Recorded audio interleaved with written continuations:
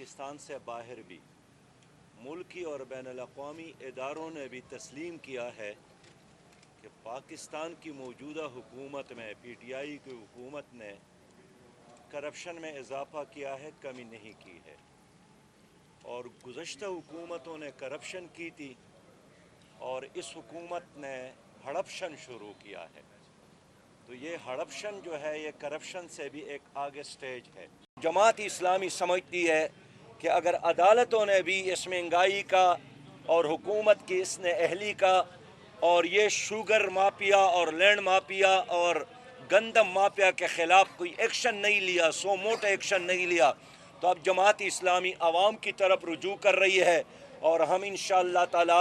عوامی عدالتیں لگا کر اس حکومت کا احتساب کریں گے، اس لیے کہ یہ حکومت اپنے احتساب تو اس لیے نہیں کر سکتی ہے کہ ان کو خود حساب کتاب دینا ہے۔ Land mafia, drug mafia, sugar mafia, اور پھر فیصلہ کرتے ہیں کہ جنہوں نے گندم کا بحران پیدا کیا ہے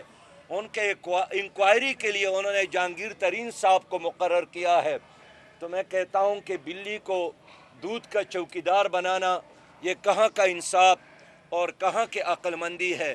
جماعت اسلامی سمجھتی ہے کہ اگر عدالتوں نے بھی اس مہنگائی کا اور حکومت کی اس نے اہلی کا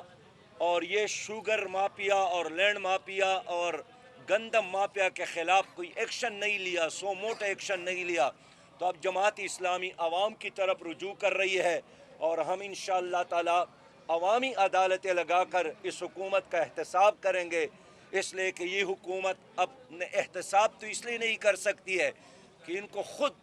حساب کتاب دینا ہے۔